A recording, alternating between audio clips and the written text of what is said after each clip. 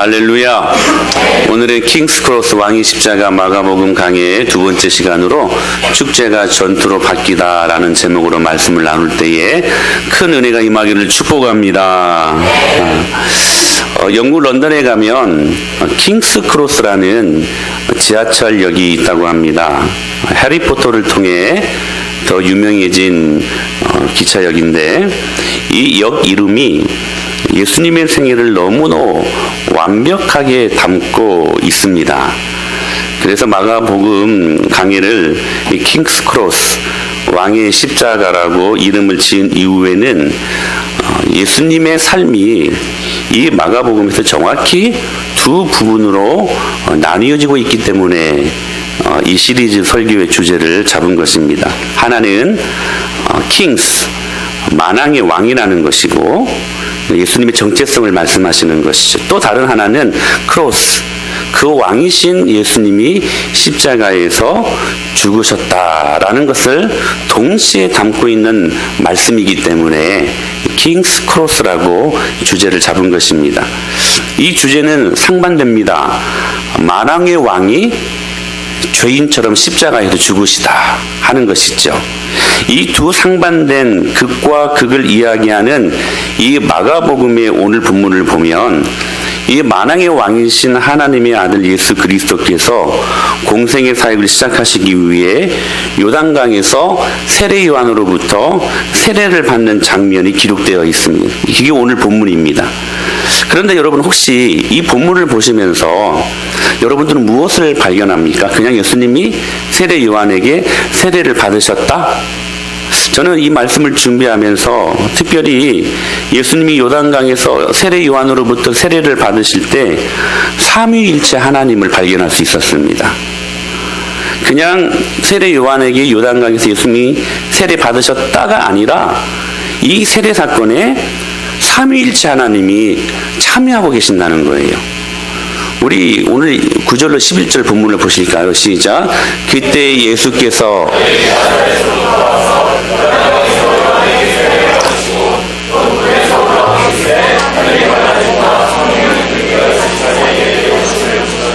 하늘로부터 소리가 나기를 너는 내 사랑하는 아들이라.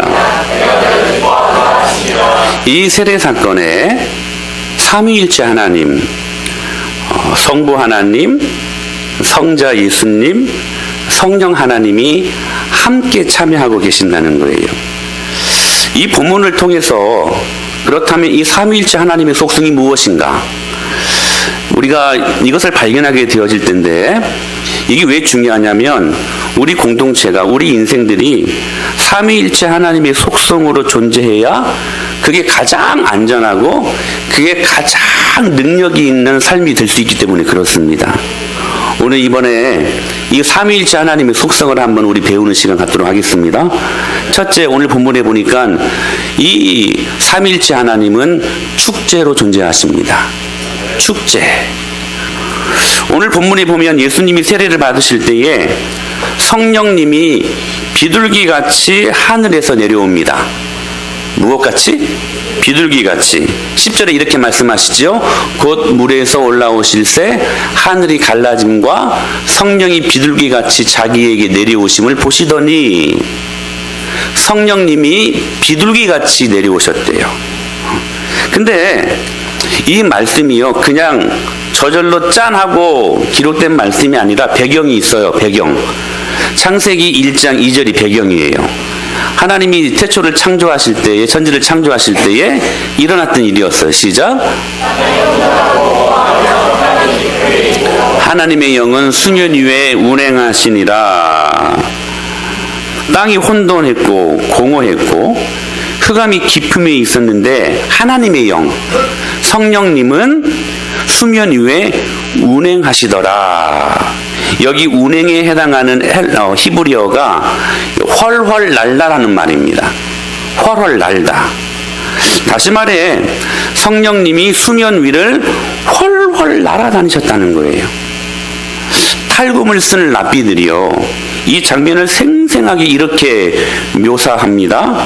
땅이 혼돈하고 공허하며 흑암이 깊음 위에 있고 하나님의 영은 비둘기처럼 수면 위로 훨훨 날아다니시니라 하나님이 이르시되 빛이 있으라 하시니 이렇게 말씀을 번역하고 있어요.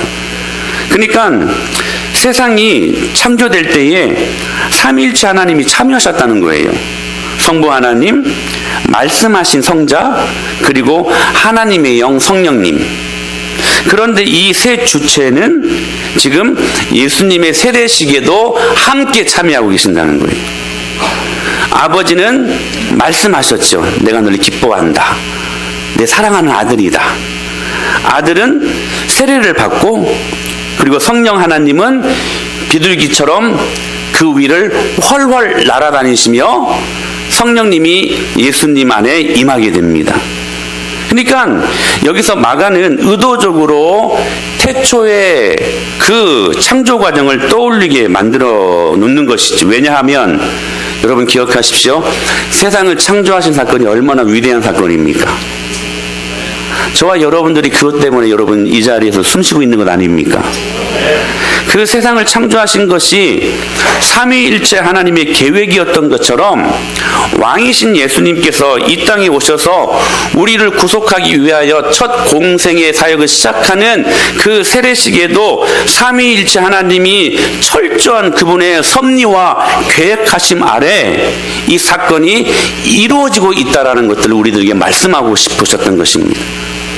그런데 중요한 것은 이 세례를 통해 삼위일체 하나님의 속성을 엿볼 수가 있는데 삼위일체 하나님께서 공동체로 존재하신다는 것. 그래서 여러분 공동체는 굉장히 중요합니다. 아니 굉장히 중요하다가 아니라 절대적입니다. 신앙생활은 공동체로 하는 것입니다. 신앙생활은 나 혼자 하는 것 아닙니다. 나 혼자 복받고 나 혼자 예수 믿다가 나 혼자 천국 가는 것 아니라는 거예요. 그것은 기복주의입니다. 기복주의의 모든 여러분 정체성은 뭡니까? 나로 시작하여 나로 끝나는 것 아닙니까? 기복주의는 여러분 공동체가 있어요 없어요? 없습니다. 삼위일체 하나님은 공동체로 존재하셔요. 그러므로 우리는 여러분 언제가 가장 안전합니까? 공동체로 모일 때입니다. 공동체로 모일 때 하나님의 뜻을 선명하게 알 수 있는 거예요. 그러므로 여러분 공동체를 잃어버리면 안 됩니다. 여러분 유명한 축구 선수 누굽니까? 누가 나와요? 박지성이 나와 갑자기. 박지성 우리나라에서 아주 유명하죠. 뭐 메시, 뭐 호날두, 그렇죠? 제 그 한창 때 제 별명이 한 마라도나였습니다. 믿기지 않습니까? 믿으시길 바랍니다. 여러분 유명한 탁월한 축구 선수가 여러분 팀이 없어요. 말이 돼요? 말이 안 되죠.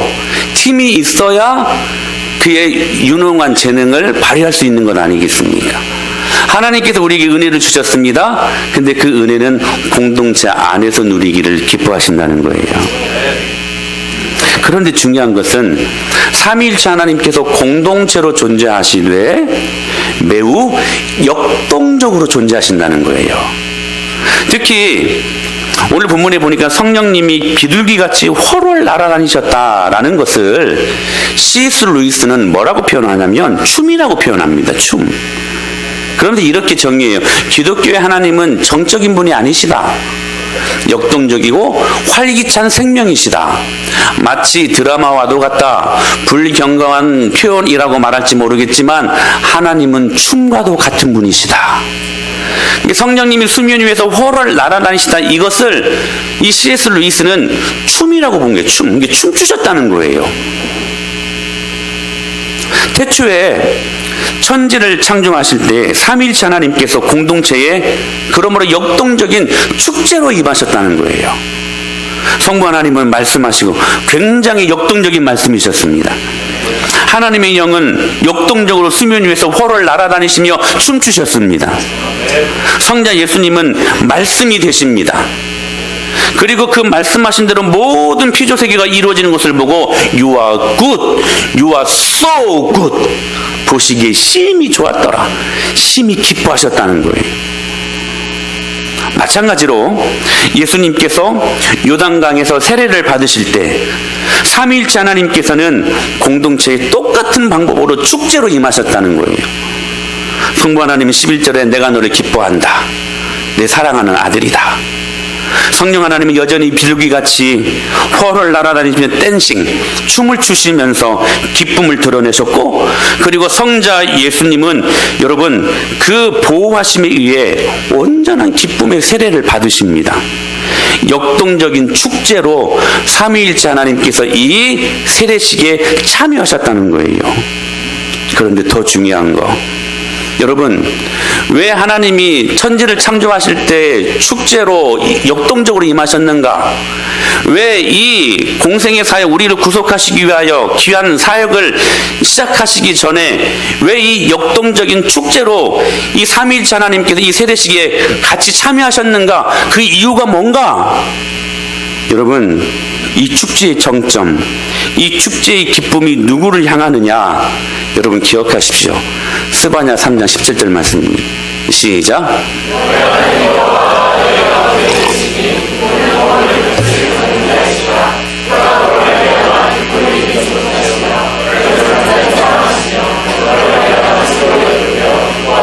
할렐루야. 천지 창조 시에도 기쁨으로 역동적으로 축제로 임하셨던 삼위일체 하나님, 공생의 사역을 시작하시기 전 요단강의 세례를 받으실 때에도 기쁨으로 역동적으로 축제로 임하시기를 기뻐하셨던 삼위일체 하나님께서 그 귀한 축제의 역동적인 근본적인 정점이 어디에 있느냐? 저와 여러분들에게 있다는 것입니다.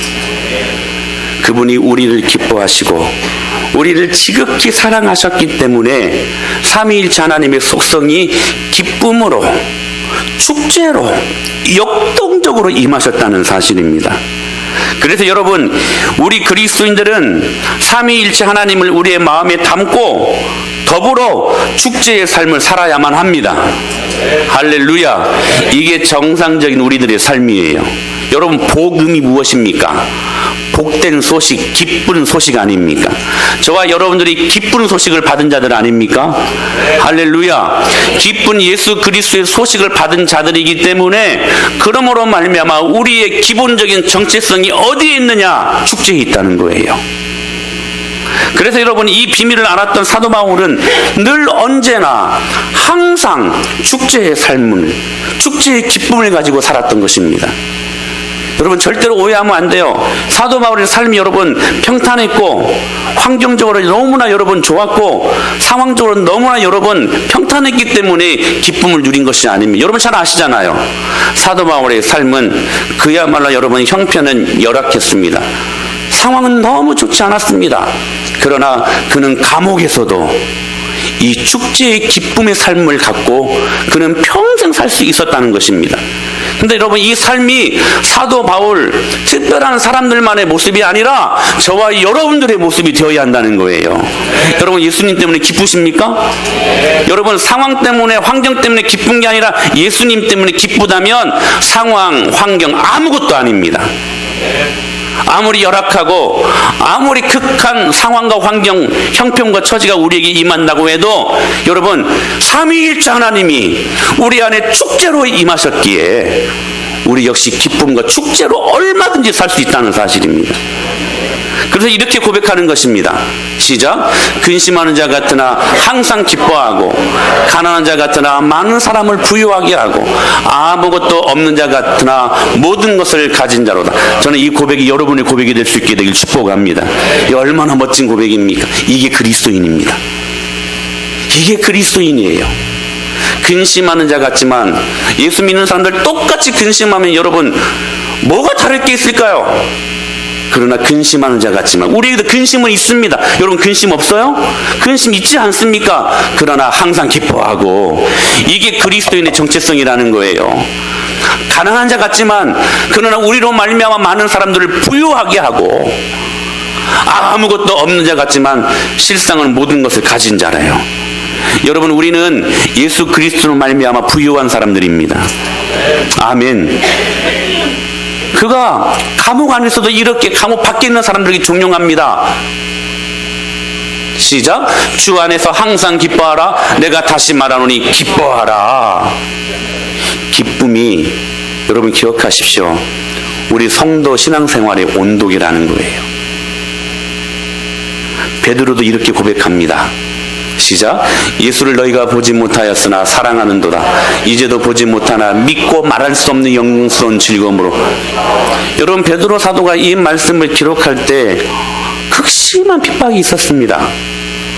옆에 내 이웃, 내 사랑하는 지체들이 잡혀가고 막 죽어가고 하는 그런 불연단의 시험이 있을 때였습니다. 그런데도요, 베드로 사도는 영광스러운 즐거움으로 기뻐한다라고 고백합니다. 사랑하는 여러분, 그러므로 저는 그 기쁨을 가지고 드리는 이 주일 예배가 축제의 예배가 되어야 될 것을 말씀드립니다. 우리를 창조하신 하나님의 은혜에 대하여, 할렐루야, 우리를 구속하신 예수 그리스도의 은혜에 대하여, 오늘 또 그렇게 우리를 인도하시는 성령님의 인도하심에 대한 그 은혜에 대하여 우리는 기쁨으로, 우리는 축제 같은 예배로 하나님 앞에 영광을 올려 드려야 된다는 것입니다. 그러므로 여러분, 예배는 축제가 되어야 합니다. 여러분, 페스티벌, 축제에 갈 때 여러분들은 어떻습니까? 기대하지 않습니까? 여러분, 이 예배 나올 때 기대하시고 나오시기를 바랍니다. 하나님의 말씀이 오늘 나에게 무슨 말씀으로 나를 축복하실까 사모하시기를 바랍니다. 여러분, 말씀을 사모하고 은혜를 여러분 기대하고 나오는 사람들의 모습은 달라요. 어떤 말씀을 들어도 그 말씀이 내 말씀이 돼요. 우리가 그 말씀에 아멘 하면 여러분, 그 말씀이 내 안에서 일주일을 살아 움직이고 살아 역사하시는 능력의 말씀이 되게 하실 것을 믿습니다. 여러분, 축제가 되어야 돼요. 그래서 여러분, 축제는 뭡니까? 기쁜 거 아닙니까? 찬양할 때도 기쁨으로 해야 돼요. 기도할 때에도 기쁨으로 해야 돼요. 말씀을 듣고 저 말씀 내 말씀이라면 그 말씀 누구한테 가기 전에 내가 아멘으로 붙들겠다는 그런 결단으로 아멘 해야 돼요. 그런 마음으로 예배해야 돼요. 주님이 축제 같은 예배를 우리들에게 원하신다는, 왜? 이 자리에 삼위일체 하나님이 축제의 장으로 여기시고 오늘 우리 가운데 임재하셨기 때문에, 삼위일체 하나님이 축제로 임하셨는데 그분의 자녀들인 우리도 여러분 축제 같은 예배로 주님 앞에 기쁨으로 드려야 되지 않겠습니까? 정적인 예배 NO! 역동적인 예배 드려라 말씀하시는 거예요. 그런데 두 번째, 이 삼위일체 하나님의 속성을 보십시다. 축제는 겸손을 근거로 이루어집니다. 무엇으로 이루어진다고요? 겸손. 오늘 본문을 보면 참 이해되지 않는 대목이 나옵니다. 예수님이 세례를 받는 일입니다. 여러분, 세례가 뭡니까? 죄인들이 죄에 대하여 죽고 그리스도와 연합하는 사건들을 공표하는 것이 여러분 세례 아닙니까? 그렇다면 예수님은 하나님이신데, 예수님은 특별히 죄가 없으신 하나님이신데 세례 받을 필요가 있어요, 없어요? 없어요. 세례 받으실 필요가 없어요. 그분은 하나님이시기 때문에. 그런데 지금 죄인이 받아야 하는 그 세례를 받고 계신다는 거 이해돼요? 안 돼요. 왜? 세례는 죄인들만 받아야 되기 때문에. 그런데 여기에서 이 예수님의 겸손을 배우게 됩니다. 죄 없으신 그 하나님이 죄인의 자리로 내려가신 거예요. 자기 비하, 자기 부인이 이루어졌기 때문에 자기 비하, 죄인의 자리까지 내려가신 거예요. 겸손하신 하나님의 속성을 보여주신 것입니다. 그런데 이 일에 삼위일체 하나님께서 참여하고 계신다는 거예요.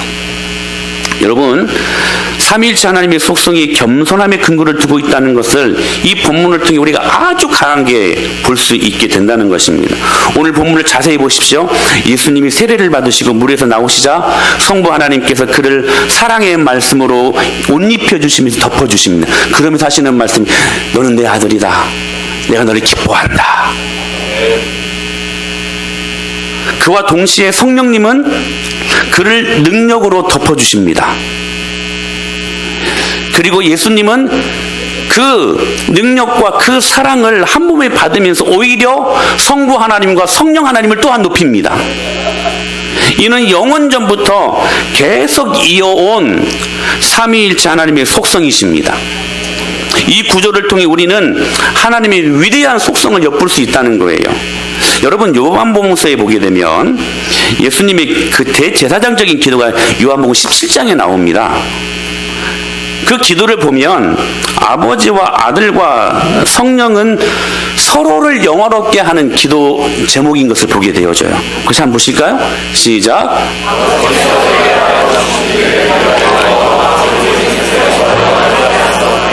아버지여, 창세전에 내가 아버지와 함께 가졌던 영화로서 지금도 아버지와 함께 나를 영화롭게 하옵소서. 성부 하나님은 성자 하나님을 영화롭게 하십니다. 성자 하나님은 성령 하나님을 영화롭게 하십니다. 성령 하나님은 성부 하나님을 영화롭게 하십니다. 자기의 뽐냄이 없어요. 여러분, 축제가 뭡니까? 자기를 뽐내는 거잖아요. 자기 기쁨이 도취돼가지고. 그런데 여기 성령, 성부, 성자, 성령, 삼위일체 하나님의 세 위격은 서로를 영화롭게 해요. 자기 뽐냄이 없어요. 하나님 안에 있는 각 위격은 서로를 높이고 서로 교제하고 서로를 존중해요. 서로를 덮고 서로를 애워싸요. 아버지와 아들과 성령은 서로 상대방을 중심으로 돌아가요. 내 중심이 아니라 상대방을 찬양하고 높이는 거예요. 그렇게 서로에게 찬양과 사랑을 아낌없이 주기 때문에 삼위일체 하나님은 거기에서 지극히 행복하십니다. 여러분, 우리가 언제 행복할까요? 삼위일체 하나님의 겸손함이 우리 안에 들어올 때 우리는 행복합니다. 이게 삼위일체 하나님의 겸손함이라는 거예요. 그래서 C.S. 루이스가 성령님이 비둘기같이 활활 날아다니시는 모습을 춤추는 모습에 비유한 것이 이해가 돼요. 무슨 말이냐면, 여러분, 자기 중심적인 삶은 정적인 삶 아닙니까? 자기는 가만히 있고 주위에서 모든 것들을 돌아주기를 원하니까 정적일 수밖에 없어요. 역동적일 수 없어요. 자기 중심적인 사람은 자신이 중심이 되고 만물이 자신의 주위를 돌아주기를 원한다는 것이죠. 자기 중심적인 사람에게 그러므로 모든 것은 목적을 위한 수단일 뿐이에요. 남들의 유익보다는 자신의 유익이 늘 앞서요. 남들과 즐기고 이야기를 나누지만 결국은 모든 것이 자신을 중심으로 일어나야 돼요. 여러분 보십시오. 만일 춤을 추는데, 여러분 춤 잘 추십니까? 춤. 우리 때 한참 브레이크 댄스가, 아니 워낙은 디스코죠, 이거. 근데 후에 고등학교 때 이제 브레이크 댄스가 이제 막 유행했었어요. 근데 여러분 춤을 춘다고 할 때 별 쇼를 다 보여주네요. 자세히 한번 무노코도 좀 할 줄 아는데. 여러분 보십시오. 만약에 춤을 추는데 모두가 중심에만 서려고 한다면 그 춤이 되겠습니까? 그래서는 절대로 여러분 역동적인 기쁨이 표출되는 춤이 성립되지 않습니다. 오히려 아마 무대가 난장판이 되고 말 것입니다. 그러나 하나님의 삼위일체 하나님, 그분은 그렇지 않습니다. 아버지와 아들과 성령은 여러분 이기주의와는 거리가 먼 분들입니다. 세 위격의 본질은 서로에게 자신을 내주는 사랑이었습니다. 삼위일체의 그 어떤 위격도 상대에게 자신의 주의를 돌라고 강요하지 않아요. 오히려 상대 주의를 돌아요. 역동적으로. 그게 하나님의 춤이었어요. 사랑하는 여러분, 오늘 우리 인생을 어떻게 살아야 될까요? 우리 기쁨으로 사십시다. 삼위일체 하나님이 축제로 임하셨기 때문에 여러분 축제 같은 삶으로 우리 살아가십시다. 신앙인의 삶은 기쁨의 연속이요 축제의 연속이어야 합니다. 그래서 우리는 여러분 환난 중에도 기뻐할 수 있는 자들입니다. 여러분 이게 말이 돼요? 제가 언젠가 말씀드렸잖아요. 동그라미 같은 삼각형이 말이 됩니까? 동그라미는 동그라미고 삼각형이면 삼각형이지. 동그라미 같은 삼각형 말이 안 됩니다. 그 말씀이에요. 환난 중에 우리 기뻐할 수 있어요? 없어요. 그런데 우리는 환난 중에도 기뻐할 수 있대요. 할렐루야. 이게 그리스도인들의 정체성입니다. 그러나 중요한 것은 내가 무대의 중심이 되어 내가 그 무대의 중심에 서서 춤추려고 한다면 그 축제는 그만 깨지고 말 것이고 그 기쁨도 깨지고 만다는 것입니다. 왜 삼위일체 하나님이 축제로 임하셨는가? 그리고 그 축제의 근거가 겸손인가? 왜 이것을 우리가 오늘 이 시간에 배워야 하는가? 너무 중요한 거예요. 우리의 기쁨, 축제 같은 삶을 살기 원한다면 여러분 삼위일체 하나님의 겸손함을 배워야 된다는 거예요. 할렐루야. 하나님 중심으로 우리가 그 주위를 돌 때, 그리고 내 사랑하는 지체들, 내 사랑하는 이웃들 주위를 내가 역동적으로 돌 때, 삼위일체 하나님을 내가 높이고 존중하고 그분을 찬양하고 예배할 때, 그리고 내 주위에 있는 사람들을 오히려 섬기고 배려하고 그들에게 더 섬기는 모습으로 깊이 나아갈 그때 우리는 평생 그 기쁨과 평생 우리는 그 축제의 삶을 살 수 있게 된다는 것입니다. 근데 내가 중심이 되어 모든 만물이 내 주위를 돌기를 원한다면 우리는 우리의 삶이 역동적일 수도 없고 기쁨을 가지고 살 수 없을 뿐만 아니라 늘 원망과 불평할 수밖에 없을 것입니다. 왜요? 여러분, 세상이 내 주위를 여러분 호락호락 내 주위만 돌 수 있습니까? 돌지 못해요. 그럴 때 원망이 나고 불평이 나는 것입니다. 사랑하는 여러분, 저는 여러분들이 그 삼위일체 하나님의 겸손함을 배울 수 있게 되길 축복합니다. 늘 하나님 중심으로, 그리고 그분이 허락하신 많은 지체들 중심으로 역동적으로 돌 때 우리는 그 겸손함으로 축제의 삶을 살 수 있게 됨을 믿으시길 축복합니다. 그런데 더 중요한 게 있어요. 목사님 설교는 다 중요해. 계속 중요해. 다 중요하죠. 세 번째, 여러분 기억하십시오. 축제가 오늘 제목이에요. 전투로 바뀝니다. 예수님이 세례를 받으신 직후에 광야로 가십니다. 어디로 가셨어요? 광야. 우리 12절 13절 말씀 시작.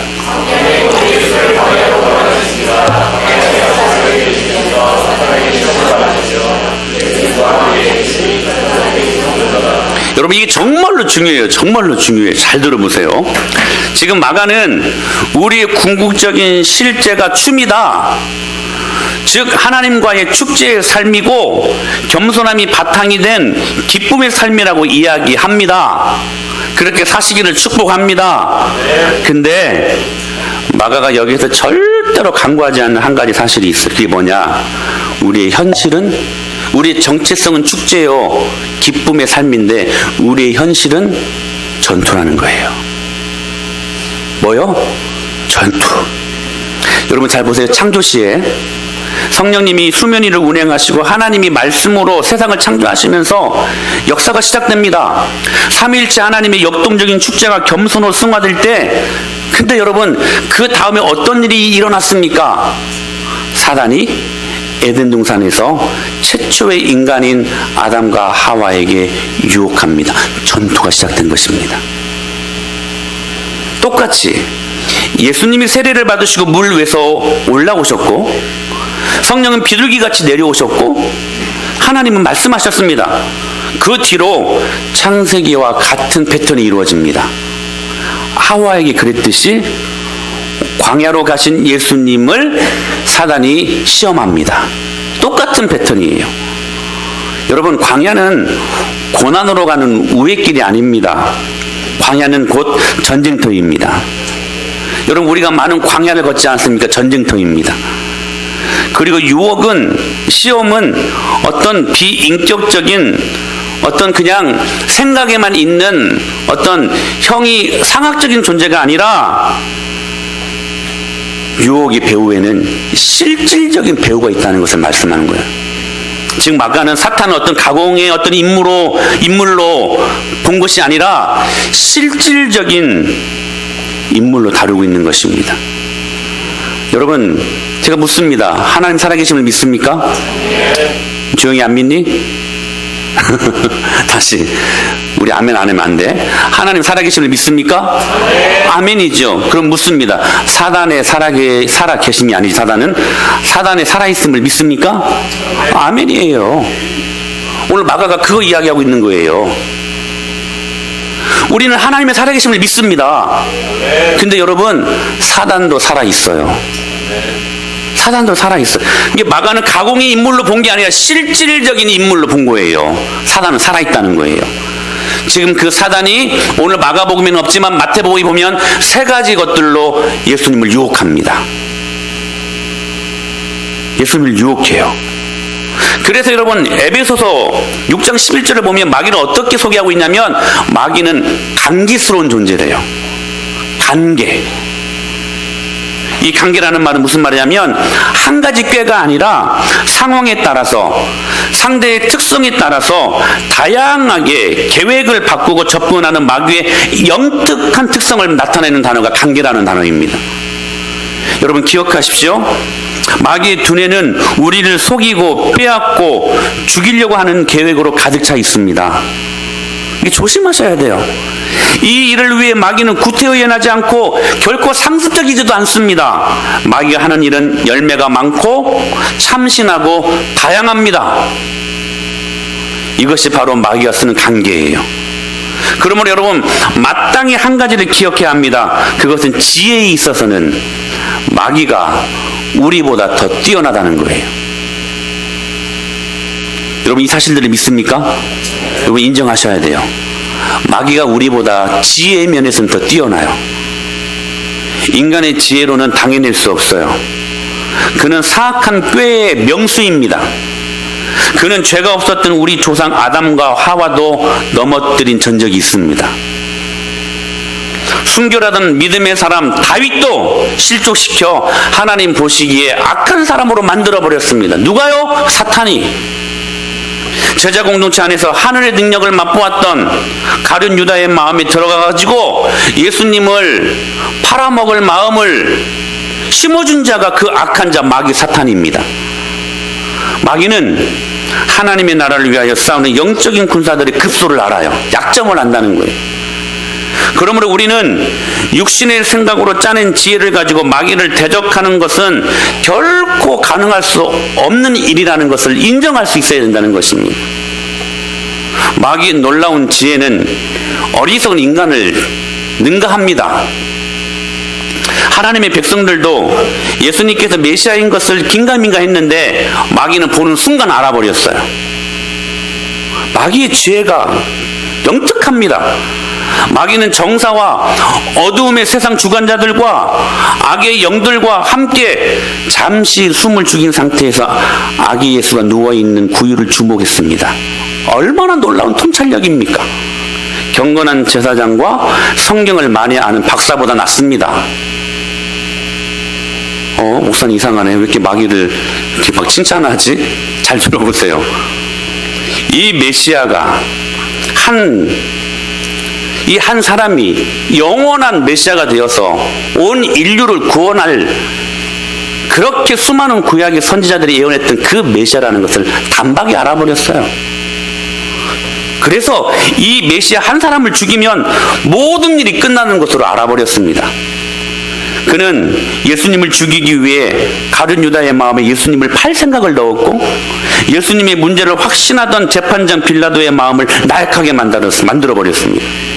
또한 유월절을 맞아 예루살렘에 모인 백성들의 마음을 충동하여 예수님은 십자가에 못 박으라고 소리치게 합니다. 메시아만 십자가에 박아 죽이면 마귀의 왕국은 위기를 면하고 영원히 든든히 설 줄 알았습니다. 그러나 마귀가 하나님의 지혜 앞에서는 얼마나 어리석은지를 보시기를 바랍니다. 마귀가 지혜가 있어도 하나님의 지혜 앞에서는 여러분 좀 격한 표현입니다. 쪽도 못 씁니다. 마귀는 십자가가 스스로 놓은 자기 지혜의 덧침을 미처 깨닫지 못했습니다. 거기까지입니다. 사단의 지혜는 제한적이 거기까지입니다. 마귀는 자신이 놓은 십자가의 덫이 오히려 자신의 왕국의 종말을 가져오게 될 줄을 꿈에도 생각하지 못한 거예요. 마귀의 지혜는 예수님을 죽이는 것이었지만 하나님의 지혜는 할렐루야. 그가 죽인 그리스도를 다시 살리심으로 말미암아 정사와 권세를 무장 해제시키는 것에 있었음을 믿으시길 바랍니다. 하나님의 지혜가 월등합니다. 우리는 하나님의 자녀들입니다. 그러므로 하나님의 자녀들에게 그 지혜를 주십니다. 그러므로 성령 충만하면 우리는 사단의 지혜를 능가합니다. 할렐루야. 이것이 우리가 살아갈 수 있는 능력이 되어야 돼요. 그러므로 십자가는 이러한 마귀의 관계가 하나님의 지혜에 미치지 못함을 드러내는 영원한 증거가 되고 만 것입니다. 오늘 본문에 보면 통쾌한 말씀이 나와요. 13절 말씀 시작. 광야에서 40일 계시면서 들짐승과 함께 계시니 천사들이 수정들더라. 할렐루야. 여러분, 예수님이 시험을 받으시면서 무엇과 함께 계셨다? 들짐승과 함께 계셨다. 여러분, 들짐승 하면 뭐가 생각납니까? 아담과 하와를 유혹했던 뱀이 생각나지 않습니까? 여러분, 인류의 조상 아담과 하와가 뱀의 유혹이 넘어졌습니다. 그런데 예수님은 그 들짐승이 있는 광야에서 들짐승들과 함께 계셨느니라. 할렐루야. 이 말씀 무슨 말씀이냐면 들짐승을 예수님의 능력으로 제압하고 있었다는 거예요. 그 예수님의 어서러티 권세에 그 밑에 지금 통제의 능력으로 설 수 있었다는 것입니다. 할렐루야. 즉 이스라엘은 광야에서 똑같은 시험 앞에 똑같은 패턴의 그 시험 앞에 실패하였지만 우리 예수님은 사단의 유혹이 있는 그 똑같은 광야에서 승리하셨다는 것입니다. 그래서 여러분, 우리는 전투 속에서도 축제 같은 인생을 살 수 있는 사람들입니다.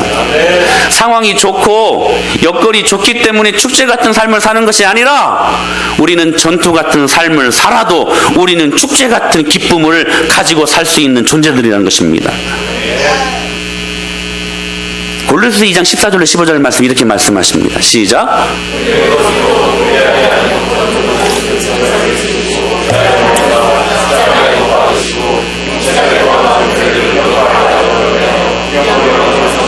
십자가로 그들을 이기셨느니라. 할렐루야. 여러분, 우리가 왜 이 전투 속에서도 기쁨을 유지하고 축제 같은 삶을 살 수 있습니까? 그 이유가 무엇입니까? 예수님이 십자가로 이기셨기 때문에 그렇습니다. 예수님이 십자가로 승리하셨기 때문에. 할렐루야. 여러분, 이 예수님 때문에 기뻐하십시오. 그러므로 우리 여러분 포 빅토리가 아니라 프롬 빅토리로 사는 존재들입니다. 승리를 위하여 싸우는 존재가 아니라 승리로부터 시작된 존재들이라는 것입니다. 할렐루야.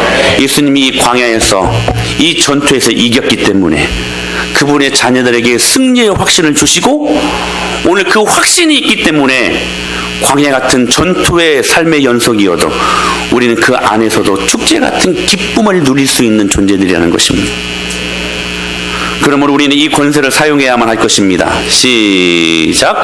이같이 여러 날을 하는지라 바울이 심히 괴로워하여 돌이켜 그 귀신에게 이르되 예수 그리스도의 이름으로 내가 내게 명하노니 그에게서 나오라 하니 귀신이 즉시 나오니라. 여러분, 귀신을 보면 여러분이 무서워서 도망갑니까? 아니면 귀신이 무서워서 여러분들 보고 도망갑니까?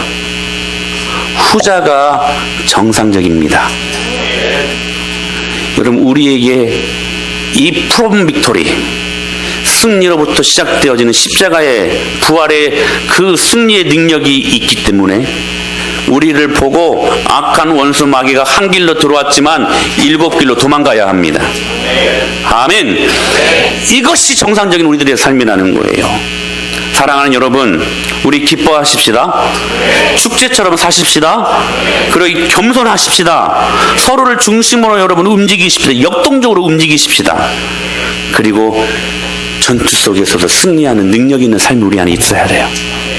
악한 것들을 대적하며 사자처럼 포효할 수 있는 오늘 교회를 향하신 우리들에게 들려주신 하나님의 메시지가 바로 이것입니다. 여러분, 한 주간 이 능력으로 사십시다. 여러분, 일주일은 정말 전투 아닙니까? 광야 아닙니까? 그러나 그 광야 속에서도 그 전투의 연속인 삶의 속에서도 우리는 기뻐할 수 있습니다. 그 능력 붙들고 여러분 담대하게 한 주간 승리하고 다음 주에 또 만나는 선순환의 역사가 일어나는 저와 여러분이 될 수 있게 되기를 예수님의 이름으로 간절히 축복합니다.